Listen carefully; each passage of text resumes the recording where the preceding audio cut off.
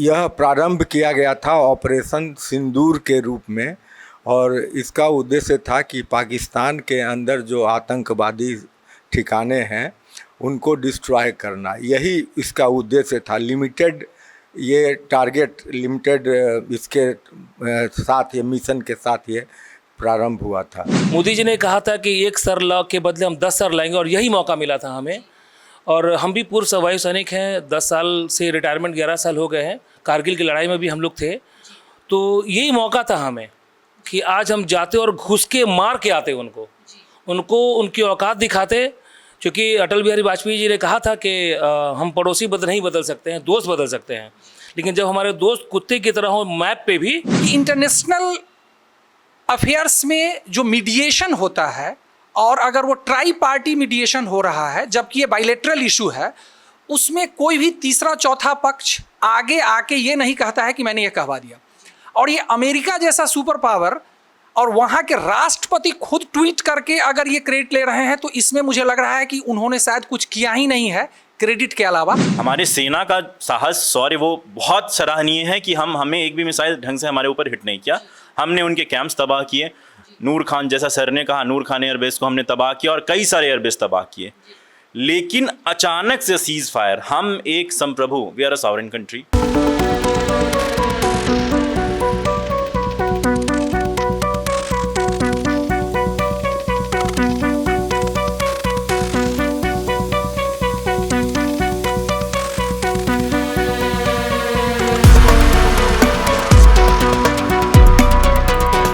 नमस्कार, मैं निशा श्री आप तमाम दर्शकों का स्वागत करती हूं फर्स्ट लुक बिहार में, जहां हम देखते हैं खबरें जो जानना ज़रूरी है।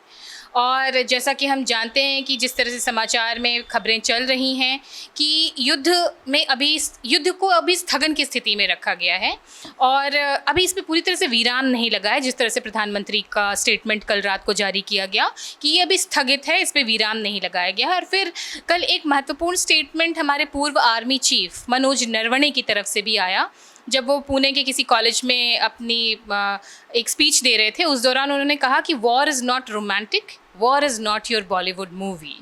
और चूँकि ये यूथ्स को, स्टूडेंट्स को संबोधित कर रहे थे, तो ये यूथ्स के लिए तो है ही, लेकिन अभी पूरे देश के लिए भी ये स्टेटमेंट की सेंसिटिविटी को समझना बहुत ज़रूरी है। क्योंकि अमेरिका अलग स्टेटमेंट दे रहा है, पाकिस्तान अलग ही जश्न की स्थिति में है। तो इस पूरे मुद्दे, ये जो सीज़ फायर को लेकर के जो पूरा मुद्दा चल रहा है, इस पूरे मुद्दे पर आज हम चर्चा करेंगे। चर्चा करने के लिए हमने स्टूडियो में आज अपने मेहमानों आमंत्रित किए हैं। हमारे साथ हैं डॉक्टर HN भारद्वाज, जो कि हमारे शहर के मशहूर सर्जन एवं चिकित्सक हैं बथुआ नर्सिंग होम से। डॉक्टर सादात खयाम, जो कि भूतपूर्व सैनिक एसोसिएशन से हैं, आपका भी बहुत बहुत स्वागत। हमारे साथ हैं पंकज कुमार ठाकुर, जो कि भूतपूर्व सैनिक एसोसिएशन से हैं, और साथ में हैं हमारे शहर के युवा आनंद कौशल जी। आप सबों का बहुत बहुत स्वागत है। और डॉक्टर भारद्वाज, आपसे ही चर्चा शुरू करेंगे हम सबसे पहले। और ये जो अभी सीज़ फायर की स्थिति बनी, युद्ध में जो पूरा एक माहौल बन गया था कि अब तो POK ले लेना है, आसिम मुनीर का सर लेकर के आ जाना है, और फिर ये युद्ध विराम की स्थिति बनी, जिस भी परिस्थितियों से बनी हो, और अमेरिका अपना ही पीठ थपथपा रहा है, पाकिस्तान जश्न मना रहा है, क्या कहेंगे?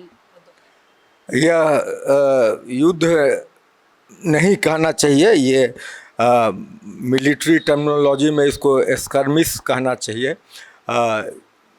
यह प्रारंभ किया गया था ऑपरेशन सिंदूर के रूप में और इसका उद्देश्य था कि पाकिस्तान के अंदर जो आतंकवादी ठिकाने हैं उनको डिस्ट्रॉय करना। यही इसका उद्देश्य था। लिमिटेड ये टारगेट लिमिटेड इसके साथ ये मिशन के साथ ये प्रारंभ हुआ था। उस 6 तारीख के रात में ये पहलगांव में जो 28 लोगों या 26 लोगों की जो मृत्यु हुई थी, उसके परिणाम स्वरूप या प्रतिक्रिया स्वरूप यह ऑपरेशन किया गया। इसके पहले भी भारत की सेना ने इस तरह के ऑपरेशन प्रीवियस पास्ट में किए हुए हैं। इस बार का माहौल थोड़ा अलग था। हाँ, मैं उस पे आ रहा हूँ।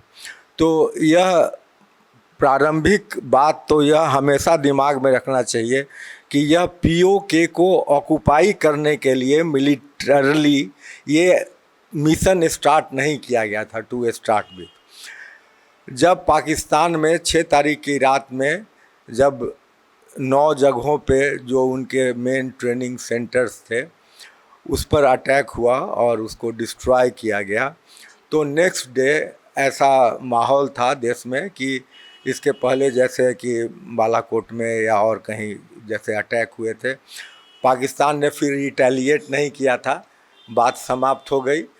वहाँ पे जो 9 आतंकी अड्डे थे उनको डिस्ट्रॉय कर दिया गया और भारतवर्ष में शांति थी कि ये बात यहीं ख़त्म हो गई।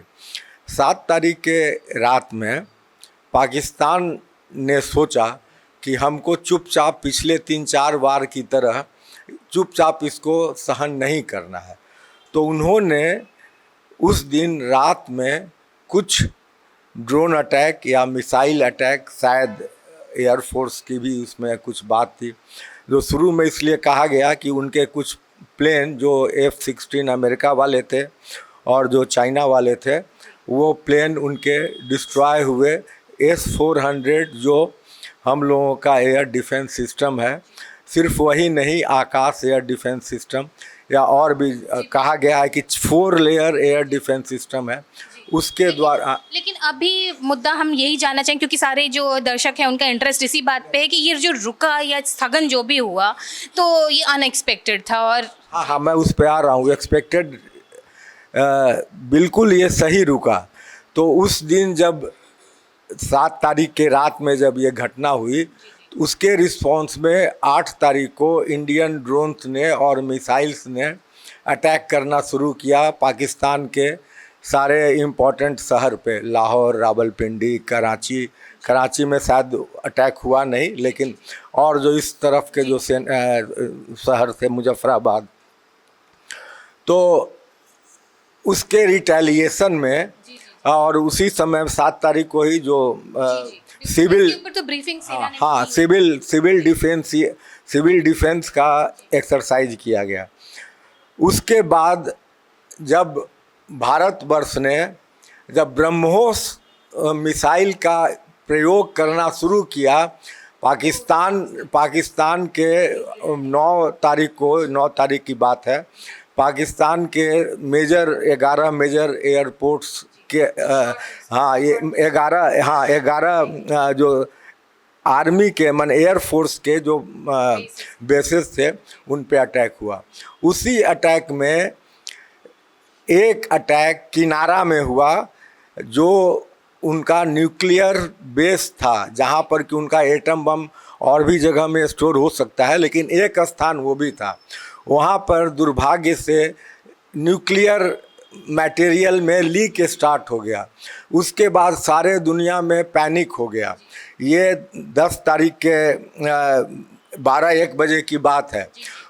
उसी के कारण अमेरिका, सऊदी, इसलिए कि न्यूक्लियर जब लीक होता है तो ये फैलता है चारों तरफ। आप पाकिस्तान के बाउंड्री में आप उसको लिमिट नहीं कर सकते हैं। वो इंडिया में भी आएगा, वो सऊदी अरब में भी, ईरान में भी, सब जगह जाएगा। उसके रिस्पॉन्स में ट्रम्प ने अपना इंटरफेयर किया, अपना फुल पॉलिटिकल जो भी प्रेशर हो सकता है। और इंडिया ने भी सोचा कि जब न्यूक्लियर वार जब होगा तो लाख की मृत्यु तो बहुत मामूली बात है। तो इसी सिचुएशन के कारण ये सीज फायर या जो भी युद्ध स्थगन हुआ। और इसके लिए भी कॉल पाकिस्तान से आया, पाकिस्तान के जो चीफ ऑफ मिलिट्री ऑपरेशंस, जो उनका कॉल आया इंडिया के चीफ ऑफ मिलिट्री ऑपरेशंस को। और तब इंडिया गवर्नमेंट में समझ रहे हैं कि आप ये कहना चाह रहे हैं कि रोकने के लिए जी बिल्कुल कि ये एक तरह से पाकिस्तान के गिड़गिड़ाने के बाद ही इसको कहीं ना कहीं स्थगन की तरफ ले जाया गया है। डॉक्टर खयाम, हम आपके तरफ बढ़ते हैं। और जिस तरह की अभी माहौल बने, पाकिस्तान खुद गिड़गिड़ाया अमेरिका के पास, फिर अमेरिका की बात हुई और अब जो स्थगन की बात आई है तो पाकिस्तान में जश्न का माहौल है। ट्रंप खुद अपनी पीठ थपथपा रहे हैं, क्या कहेंगे? देखिए मैम, सबसे पहले तो आप सब लोगों को मेरा बहुत बहुत धन्यवाद और जय हिंद। हम लोग सैनिक हैं और हम लोग को ट्रेनिंग दी गई है शारीरिक रूप से लड़ने के लिए और मानसिक रूप से जीतने के लिए। मोदी जी ने कहा था कि 1 सर के बदले हम 10 सर लाएंगे और यही मौका मिला था हमें। और हम भी पूर्व वायु सैनिक हैं, 10 साल से रिटायरमेंट 11 साल हो गए हैं। कारगिल की लड़ाई में भी हम लोग थे, तो यही मौका था हमें कि आज हम जाते और घुस के मार के आते उनको उनकी औकात दिखाते। क्योंकि अटल बिहारी वाजपेयी जी ने कहा था कि हम पड़ोसी नहीं बदल सकते हैं, दोस्त बदल सकते हैं, लेकिन जब हमारे दोस्त कुत्ते की तरह हो मैप पे भी, इसको अदरवाइज नहीं लीजिएगा आप लोग, तो आज हमारे पास मौका था कि हम उनके दांत तोड़ सकते थे, उनके नाखून निकाल सकते थे, उनका भौंकना बंद करा सकते थे। तो ये सीज़ फायर से कहीं ना कहीं हम पूर्व वायु सैनिकों को बहुत तकलीफ हुई और हम लोग तैयार थे लड़ने के लिए, क्योंकि हम लोगों ने बंदूक चलाना छोड़ा है, भूले नहीं हैं। तो एक मौका हमें ज़रूर मिलना चाहिए था कि हमेशा का टेंशन खत्म हो जाता। ये किचकिच जो डेली हमेशा होता है फौज पे, बॉर्डर पे होता है और हमारे देश में आकर लड़ते हैं ये लोग, इन लोगों की टेंशन ही खत्म हो जाती। और न्यूक्लियर सर विस्फोट जब होता है तो ज़्यादा नुकसान होता है। न्यूक्लियर अगर वहीं तबाह हो जाएगा, डिस्ट्रॉय हो जाएगा, तो बहुत ज़्यादा नहीं फैलता है। न्यूक्लियर जब एक्सप्लोजन होता है तो नुकसान होता है। इसलिए स्ट्रेटेजिकली बहुत कहीं ना कहीं आज मोदी जी से डिमांड है कि जो चल रहा था अगर चलने दिए होते तो टेंशन हमेशा के लिए ख़त्म हो जाता और इनको उनकी औकात दिखा देते हम लोग। एक भूतपूर्व सैनिक की डिमांड है कि ये जो चल रहा था ये चलने दिया जाता और यही मौका था बदला ले लेने का। पंकज ठाकुर जी, आप भी भूतपूर्व सैनिक एसोसिएशन से हैं, और तो हम आपसे भी यही चीज़ जानना चाहेंगे कि पाकिस्तान और भारत के बीच मुद्दा चल रहा है, अमेरिका अपनी पीठ थपथपा रहा है, क्या कहेंगे? देखिए, सबसे पहली बात जो हमारा मुख्य मुद्दा है आज का, जिस पे हम चर्चा कर रहे हैं, वो यह है कि जो सीज़ फायर हुआ ये क्या अर्ली एक्सेप्ट किया भारत ने या नहीं।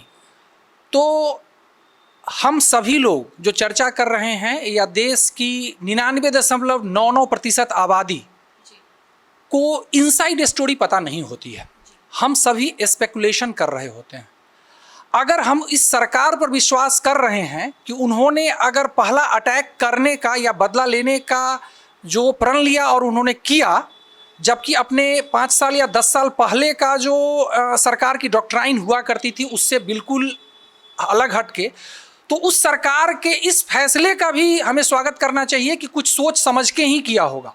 और इन फैसलों में शामिल होता है कि इंटरनेशनल एटमॉस्फेयर क्या है, इकोनॉमिक एटमॉस्फेयर क्या है, आपके एलाइज का व्यू क्या है, आगे क्या हो सकता है। दूसरा आपका सवाल था कि ट्रंप अपनी पीठ थपथपा रहे हैं।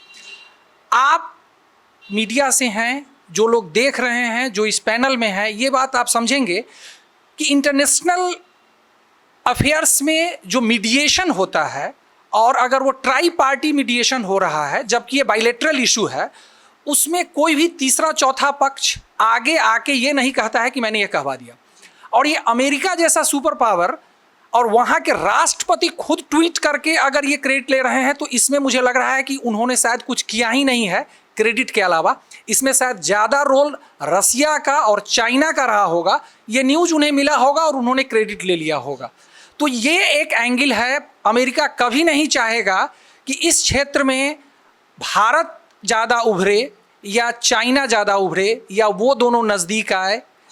और तो ये रसिया का एंगल, चाइना का एंगल, भारत का एंगल, तीनों का क्लोज आना, पाकिस्तान से चाइना को दूर रखना, ये बहुत सारी चीज़ें हो सकती हैं।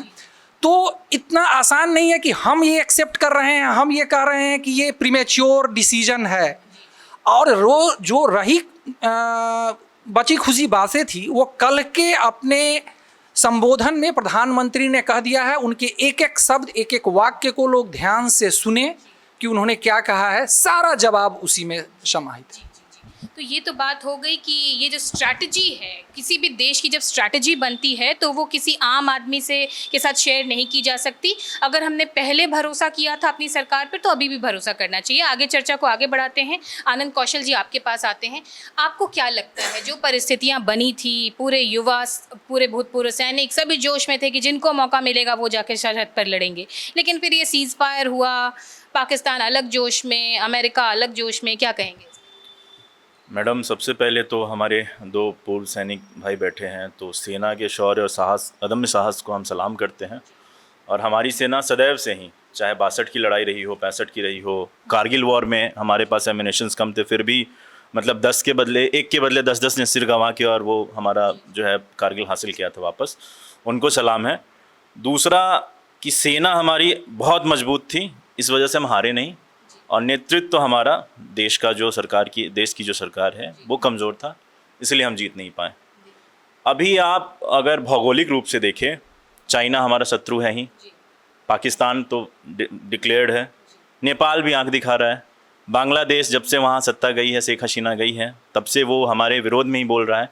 म्यांमार में आंग सान सू की थी, उनको हटा दिया गया। तो आप चारों तरफ देखें, श्रीलंका में आप देख लें हम्बनटोटा पोर्ट चीन बना रहा है।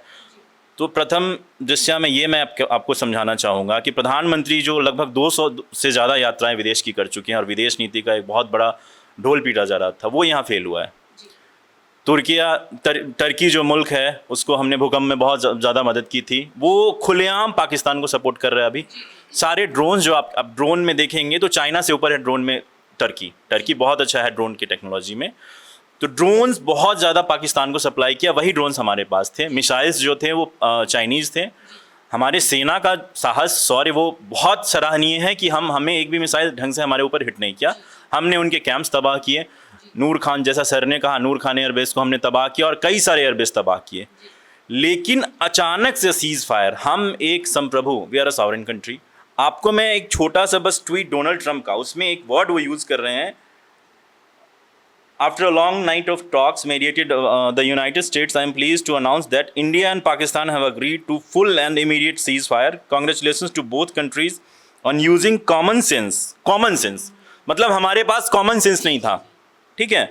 And great intelligence. Thank you for your attention on this matter. दूसरा, एक common sense मतलब हमें समझिए कि वो हमें बेवकूफ़ समझ रहा है अमेरिका। सबसे पहले तो अमेरिका के राष्ट्रपति भारतीय नागरिक नहीं है, तो he is not to decide कि हाँ क्या करना है क्या नहीं करना है। किसी ने पूछा नहीं पूछा, और ये क्लियर, और ये तो एरू कोई आदमी है नहीं, विपक्ष के वहाँ के नेता है नहीं, या कोई सांसद मामूली से है नहीं, अमेरिका के राष्ट्रपति हैं, जिसको यहाँ के प्राइम मिनिस्टर नमस्ते ट्रंप और ना जाने कई प्रकार से ये तारीफ करते हैं। दूसरा कि क्या वॉर, जैसा कि कहा जा रहा है कि न्यूक्लियर वॉरफेयर, न्यूक्लियर इन चीज़ों की वजह से रुका है, तो आप ये कहिए कि कारगिल के वक्त में भी तो वाजपेयी को कहा गया था, धमकियाँ वहाँ से दी गई थी अमेरिका से। तो क्या न्यूक्लियर तो हमेशा से वो धमकी दे रहा है, पाकिस्तान हमसे पहले वो न्यूक्लियर संपन्न देश हो गया था, तो वो तो कोई बात नहीं है। वो इस बात को मैं सिरे से खारिज करता हूँ। अगर न्यूक्लियर हमला वो करना चाहता है, प्रैक्टिकली पॉसिबल ही नहीं है। अगर दिल्ली तबाह होती है तो पूरा मुल्क तबाह हो जाएगा। न्यूक्लियर कहीं से वो नहीं हो पाएगा न्यूक्लियर। दूसरा चीज़, क्या ये लड़ाई जैसा हम देख रहे हैं वैसा नहीं है। क्या ये लड़ाई व्यापार की वजह से रोका गया? क्योंकि कल मोदी साहब के 8 बजे के आपका जो उनका देश का संबोधन होना था, उससे पहले ट्रंप ने फिर एक बार आगे प्रेस कॉन्फ्रेंस किया और उन्होंने कहा कि हमने दोनों देशों को डराया, डंडा लेकर डराया कि अगर तुम लोग नहीं शांत हुए तो हम ट्रेड रोक देंगे। तो क्या जो देश के सैनिक, इसमें भी शहादतें हुई हैं, 12-15 सैनिक हमारे शहीद हुए हैं, तो क्या जो इतनी लंबी चौड़ी हमारी शहादतें हुई, इससे पहले 26 लोग, अभी भी 50, हाँ, तो ये व्यापार के मुद्दे पे रुका है। दूसरा कि वो कह रहा है India and Pakistan are great nations, America कह रहा है, आतंकवाद की बात ही नहीं कर रहा है। वो कह रहा है कश्मीर के मुद्दे को हम चाहेंगे मिलके उसको शांत करें। तो ये who is Trump to decide. बिल्कुल, आपकी बात को हम समझ रहे हैं, जो दर्शक हैं वो भी समझ रहे होंगे। Doctor H.N.. भारद्वाज, आपके पास वापस आते हैं। एक जो मुद्दा अभी चर्चा में सामने आया है, जाहिर सी बात है कि हु इज़ ट्रम्प, वो कौन होता है हमारे बारे में कहने वाला, और ये जो परिस्थितियां थी उसमें वो इस मुद्दे को क्यों डाल रहे हैं कि कश्मीर मुद्दे पे लड़ाई हो रहा था। यहाँ पे कश्मीर की बात तो नहीं थी, आतंकवाद की बात थी, और न्यूक्लियर पावर की धमकी तो कई दिनों से दिया है। क्या न्यूक्लियर पावर की धमकी से हम डरते रहेंगे? ऐसा है कि ट्रंप अपने आप में एक कैरेक्टर है। ट्रंप ने कुछ ही दिन पहले कहा था कि इंडिया और पाकिस्तान तो 1000 साल से लड़ाई कर रहे हैं, तो पाकिस्तान का तो जन्म ही 47 में हुआ, तो वो तो ऐसा आउटरेजियस बात बोलने के लिए प्रसिद्ध है। सिर्फ इंडिया पाकिस्तान के लिए नहीं, वो हर मुद्दे पे इस तरह की बात बोलता है। तो उसके बात को इन लेटर लेने की ज़रूरत नहीं है, उसका स्पिरिट को लेना चाहिए। जहाँ तक इस बात का सवाल है कि उसने कहा कि इंडिया ने कॉमन सेंस यूज किया है, तो इसका ये 2 बात कहा, एक कहा कॉमन सेंस और एक बात कहा कि हमने ट्रेड के लिए हमने जो है दोनों देश का युद्ध रुकवा दिया। तो अगर कोई मुझसे कहे कि मैंने गाड़ी यूज की है, तो इसका मतलब तो ये होता है कि मेरे पास गाड़ी है तब नहीं यूज की है। इसका ये मतलब नहीं होता है कि मेरे पास गाड़ी नहीं है। तो कॉमन सेंस नहीं है, इसका अर्थ निकालना ये थोड़ा मुश्किल है डाइजेस्ट करना। जो चीज़ रहता है उसी का इस्तेमाल आदमी करता है, ब्रेन का करे, हार्ट का करे, लेकिन नहीं होने पर तो इस्तेमाल नहीं हो सकता। नहीं, ये तो ट्रंप को एक तरह से क्रिटिसाइज किया जा रहा है। ट्रंप देखिए, आप मानिए या नहीं मानिए, अभी यूनिपोलर वर्ल्ड है। ट्रंप या अमेरिका कहिए, ट्रंप तो पर्सनली उस आदमी की बात नहीं है। एक जो पावर, सुपर पावर अमेरिका है, वो उसकी जो इकोनॉमी है, उसकी जो सामरिक शक्ति है, उसके सामने तो सारी दुनिया झुकती है। उसके सामने रूस भी झुकता है, चाइना भी झुकता है। तो इसमें कोई ऐसी बात नहीं है कि हम लोग का कद उससे छोटा हो गया। हम लोग ऐसे भी अभी दुनिया में चौथी ही इकोनॉमी है, और जहां हम लोग का 5 ट्रिलियन का इकोनॉमी है, अमेरिका का 40 ट्रिलियन का इकोनॉमी है। जी जी, लेकिन अभी हम चाहेंगे कि आप हमारे दर्शकों को ये बताएं कि ये जो अभी कहा है अमेरिका ने कि व्यापार की वजह से हमने युद्ध रोक दिया, तो क्या इतने स्वार्थी हो गए हैं? नहीं, देखिए, व्यापार, आप क्या समझते हैं कि युद्ध बिना पैसे के लड़ा जाता है? जब तक आप इकोनॉमिकली वीक रहिएगा, आप लड़ाई नहीं लड़ सकते हैं। अभी कुछ दिन जो इसी युद्ध में देख लीजिए, इस्लामाबाद में पेट्रोल पंप को बंद कर दिया गया था 48 घंटे के लिए, इसलिए कि अपने देश के मोटरसाइकिल और कार के लिए उनके पास तेल नहीं था। एक मिसाइल जो यूज होता है, करोड़ों करोड़ उसका दाम होता है। तो हाँ, तो आपके पॉकेट में अगर पैसा नहीं है तो ये सब इमोशन में नहीं चलता है। आप स्टेडियम में बैठे हैं और चाह रहे हैं कि हर बॉल पे वो जो बैट्समैन वहाँ बैटिंग कर रहा है छक्का मारे। बैट्समैन को ना समझना है कि किस बॉल को मारना है, किसको डिफेंड करना है। तो ये तो उसका विजडम है। हमारा गवर्नमेंट जो है वो बहुत वाइज, बहुत बैलेंस्ड गवर्नमेंट है। हम तो माने मेरी उम्र हो गई काफ़ी, और आज़ादी के कुछ ही दिन के बाद मेरा जन्म हुआ है। मैंने तो इतना बढ़िया गवर्नमेंट आज तक नहीं देखा। बहुत अच्छी बात है। डॉक्टर खयाम, आपके पास आगे बढ़ते हैं। और ये जो है कि ट्रंप जो कह रहा है कि व्यापार की वजह से दोनों देशों के बीच हमने युद्ध रुकवा दिया, आप क्या कहें? मैम, ट्रंप जो अटेंशन सीकर है और वो डिबेशियल कल्चर है, वहाँ पर प्रेसिडेंशियल इलेक्शंस जो होता है तो वो बोलने में वो भी माहिर हैं। और जो उन्होंने कहा है, एक एक स्टेटमेंट को मैं नकारता हूँ। बिल्कुल उनका चॉइस ऑफ वर्ड्स भी गलत है, और जो कहा वो बिल्कुल गलत कहा है। हमारे युवा साथी ने कहा है कि हम सॉवरेन कंट्री हैं, और बिल्कुल हमारा अधिकार है कोई भी डिसीजन लेने का, चाहे वो हमने स्ट्रैटेजिकली, जैसा पंकज सर ने कहा कि हमें सीज फायर का डिसीजन लेना पड़ा स्ट्रैटेजिकली, वो भी सही है, और हम लड़े होते तो भी सही है। एज अ फौजी तो मैं यही कह सकता हूँ, जो हमारे पूर्व सेनाध्यक्ष ने कहा है कि ये बॉलीवुड मूवी नहीं है और ये रोमांटिक सीरियल भी नहीं है।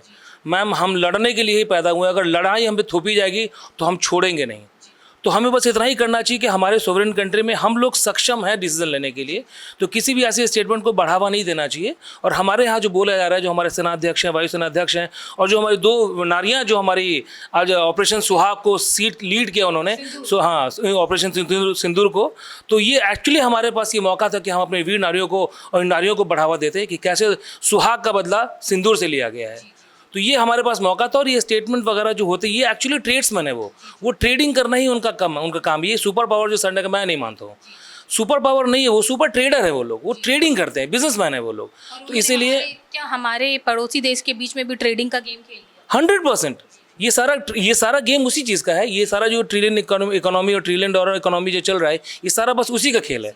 तो हमें सिर्फ लड़ाया जा रहा है और कुछ नहीं है। तो जब लड़ाया जा रहा तो एक बार आर पार की लड़ाई हो ही जाती, ये मेरा कहना था। आर पार की लड़ाई हो ही जाती तो शायद अच्छा होता, भूतपूर्व सैनिक का ये कहना है। पंकज ठाकुर जी, आपसे भी हम यही जानना चाहेंगे कि जैसा कि कल हमारे ex army chief Manoj Naravane ने कहा कि वॉर इज़ नॉट रोमांटिक, तो इसी को संदर्भ में रखते हुए आप भी बताएं, आप एक सैनिक के रूप में, कि वॉर के समय क्या स्थिति होनी चाहिए और आप सीज़ फायर को किस नज़र से देखते?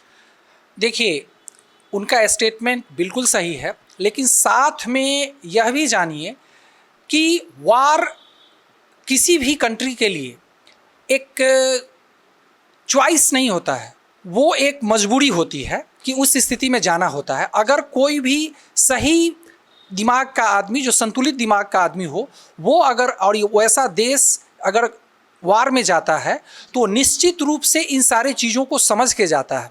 तो रोमांटिक तो कहीं नहीं है, लेकिन यह भी देखना होगा कि हम इतने सालों में हम कितने मजबूत सेना हैं, यह भी हर कोई परिचित है। ये तो हमने देखा है। तो यह निर्णय कि सीज फायर हो या ना हो, ट्रंप साहब का चर्चा आ रहा था। ऐसा तो नहीं है कि हमने उनसे पूछ के उन 9 जगहों पे स्ट्राइक किया था, या इससे पहले भारत ने जो स्ट्रेटजिक स्ट्राइक पहले किया भी था तो वो पीओके के अंदर किया था, इवन उनको भी जब ओसामा बिन लादेन उठाना था तो उन्होंने किसी से नहीं से पूछा नहीं था। तो इस बार का जो हमला था उसमें ध्यान दीजिए कि आतंकवादी ठिकानों पे ये हमला था, लेकिन ये हमला पाकिस्तान के अंदर था, पीओके से और अंदर जाके। तो ये इंडिया को पता था कि हम क्या करने जा रहे हैं, हम उसके एयर स्पेस को यूज कर रहे हैं। पीओके तो हमारा हिस्सा है जो उनके कब्जा में है, लेकिन पूरे पाकिस्तान के अंदर जहां भी हम जरूरी समझे वहां पे हमारा पहला स्ट्राइक था। तो ये सोच समझ के किया गया था और यह जानते हुए कि इसका असर व्यापक हो सकता है इसके साथ, और उस तैयारियों के साथ की गई थी। तो हमने सीज फायर का जो डिसीजन लिया है, ये कोई ये ना समझे कि हमारी मजबूरी थी या हमारी कायरता थी। हम एक मौका देना चाह रहे हैं कि हमारा मुख्य उद्देश्य आतंकवादी ठिकानों और आतंकवाद समर्थक देश को एक सबक सिखाना था। वो मैसेज हमने दे दिया है। एक नई नॉर्मल की जो बात है कि अगर आप कहीं भी आतंकवादी हमलों में देश में शामिल रहेंगे तो हम घुस के मारेंगे, यह साबित भी कर दिया, केवल कहा नहीं है। तो आगे अब इसके आधार पे अगला देश कोई भी निर्णय लेगा, इसके लिए कहा गया है। तो बिल्कुल उनका स्टेटमेंट सही है। ये जो एक हिस्टीरिया फैलाई जा रही है कि युद्ध और लंबा होना चाहिए था, ये होना चाहिए था, ये निर्णय सेना और इस देश के जो मुखिया हैं उन पर छोड़ा जाए। आप निश्चिंत रहें, वो देश हित में और एक एक देशवासी के हित में उनका निर्णय होगा, ये हमें तैयार रहना चाहिए। जी, मतलब जो भी निर्णय होगा वो हमारे स्ट्रैटेजिस्ट और हमारे जो डिफेंस स्ट्रैटेजिस्ट हैं वो मिलके करेंगे। आनंद कौशल जी, आप एक युवा हैं, जोशीले युवा हैं, आपने बहुत सारी शिकायतें कहीं कि क्या क्या शिकायतें हैं आपकी, लेकिन कहीं ना कहीं हमें अपने जो स्ट्रैटेजिस्ट हैं उन पे भरोसा करना होगा, क्या कहें? देखिए, एक अच्छा राजा जो है कभी युद्ध नहीं चाहता, लेकिन युद्ध के लिए हमेशा तैयार रहता है। और हमारे प्रधानमंत्री बहुत अच्छा बोलते हैं। उन्होंने कई दफ़ा कहा है कि ये हमने दिवाली के लिए थोड़े रखे हैं, ये हमने इसके लिए थोड़े रखे हैं। देश में हमेशा हर एक युवा के अंदर भर दिया कि नहीं, पाकिस्तान को तो ऐसे कर देंगे। लेकिन असली में देखिए वो भिखमंगा देश है पाकिस्तान, असली दुश्मन हमारा चाइना है। तो और एक और बात, अभी कुछ दिन पहले हमारे प्रधानमंत्री ने कहा कि इस देश के मुसलमानों को पंचर बनाने के लिए छोड़ दिया गया। तो हमारी बहन जो कर्नल सोफिया कुरैशी जब आई, और क्या बढ़िया बोला उन्होंने, और क्या बढ़िया धोया उन्होंने दुश्मन देश के सेना को और वहाँ के जो एयर स्पेस थे या जो भी होगा अपना। तो ये तो कंफर्म हो गया कि भाई देश का मुसलमान सिर्फ पंचर नहीं बनाता है। तीसरा चीज़ कि सर ने कहा कि एक अमेरिका बहुत बड़ा मतलब ये है, ऐसा है, चाइना भी डरता है, रसिया भी डरता है। हम नहीं डरते हैं। हमने ये बात 71 में भी बताया था। उन्होंने अपना 7वां बेड़ा भेज दिया था, न्यूक्लियर इक्विप्ड थे वो सर, है ना, 7वां बेड़ा भेज दिया था। तब भी हमने वहाँ पे खड़े रह के 90,000 सैनिकों को, वर्ल्ड वॉर के बाद सबसे बड़ा, ये आप समझिए कि सबसे बड़ा सरेंडर था किसी आर्मी का, आर्मी ने किया था। और आप वीडियोस देखिए, ऐसे खून, मतलब अभी भी ऐसे उबाल आ जाता है खून में कि अरे ऐसे हमने सैनिकों को खड़ा करके उनको सरेंडर करवाया था, उनको बैंड पोजीशन में ला के उनके ऊपर बेल्ट मार रही थी भारतीय आर्मी। इतना हमारे अंदर जोश आया था। तो अभी भी मेरा यही क्वेश्चन है कि हमारी सेना का शौर्य तो अद्भुत था, घुस के मारा है, सही में सर ने कहा घुस के मारा है, कोई दिक्कत नहीं है, और फिर मारेंगे आएगा तो। लेकिन क्या जिम्मेदारी नहीं है, पाकिस्तान के तरफ से टेरर हमारे तरफ भेजा गया, एक्सपोर्ट किया गया है, लेकिन यहाँ जो आया, कश्मीर हमारे देश में है, यहाँ जो 4 लोग ऐसे 4 घंटे तक ऐसे धर्म पूछ के कपड़े खुलवा के मार रहे थे, तो क्या हमारा इंटेलिजेंस फेलियर नहीं है? 2008 बिल्कुल, अभी इस बारे में एक और 2008 के बारे में बात जो की जाती है, तो 2008 में इस्तीफों का दौर था। वहाँ के चीफ मिनिस्टर का, वहाँ के होम मिनिस्टर का, सेंट्रल होम मिनिस्टर का इस्तीफा लिया गया था। क्या एक भी इस्तीफा हुआ है सरकार में? कोई बिल्कुल। तो जैसा कि आपने सुना कि अभी जो जितने भी वक्तव्य सामने आए हैं उसमें एक बात है कि कहीं ना कहीं ये जो मौका था, ये एक अच्छा मौका था जब हम पाकिस्तान को पूरी तरह से धूल चटा सकते थे, मटिया मेट कर सकते थे। लेकिन साथ ही साथ हमें अपने जोश को शांत रखते हुए अपने स्ट्रैटेजिस्ट, अपने डिफेंस फोर्सेस और अपनी गवर्नमेंट पे विश्वास करना पड़ेगा। एक पॉइंट और है डॉक्टर एच.एन. भारद्वाज का, वो सुन लेंगे। हाँ, अभी एक चीज़ समाप्त अभी नहीं हुई है, जो आक्रमण ही एक तरह से समझिए पाकिस्तान के ऊपर है जो चल रहा है, वो है कि हम लोगों ने सिंधु जल समझौता को अभी बहाल फिर नहीं किया है। तो गर्मी का दिन है, अभी जब 2-3 महीना जब लीन वाटर का टाइम होता है, उस समय बिना पानी के पाकिस्तान का जो सब पानी तो सिंधु नदी और उसके ट्रिब्यूटरी से आता है, तो प्रधानमंत्री जी ने भी कहा है कि खून और पानी एक साथ नहीं बह सकते हैं, वो अभी भी लागू है। तो यह सिर्फ गोली चलने से और मिसाइल चलने से ही लड़ाई नहीं होती है, वो आपका पेट पर भी लात अगर पड़े तो वो भी लड़ाई है। जी, वो भी कहीं ना कहीं कमर तोड़ने वाली बात होती है। तो जो आज हमने तमाम बातें की, इससे एक बात जो सामने आई है वो यही कि कुछ भी हो, जो भी परिस्थितियां अभी हैं, जो भी हमारे अंदर की भावनाएं हैं, लेकिन हमें इकट्ठे यूनाइटेड नागरिकों की तरह बिहेव करना चाहिए। अपने स्ट्रैटेजिस्ट पे, अपने डिफेंस फोर्सेस पे भरोसा करना चाहिए कि उन्होंने अगर कोई स्ट्रैटेजी, कोई डिसीजन लिया है तो वो हमारे फेवर में होगा। और जो हमारे दुश्मन हैं, आतंकवाद को सपोर्ट करने वाले देश, उनको निस्तनाबूद आज नहीं तो कल कर दिया जाएगा। तो आज हम अपने मेहमानों को देते हैं धन्यवाद, जो उन्होंने अपना बहुमूल्य समय हमें दिया, और इस चर्चा को करके एक तरह से जो हमारे जितने भी दर्शक हैं उनके मन में जो भावनाएं उठ रही थी वो कहीं ना कहीं शांत हुई होंगी, क्योंकि इसमें भूतपूर्व सैनिक शामिल थे, उनकी क्या क्या भावनाएं थी ये भी आपने सुनी। अब हमें दीजिए इजाजत। आप देख रहे थे फर्स्ट लुक बिहार। नमस्कार।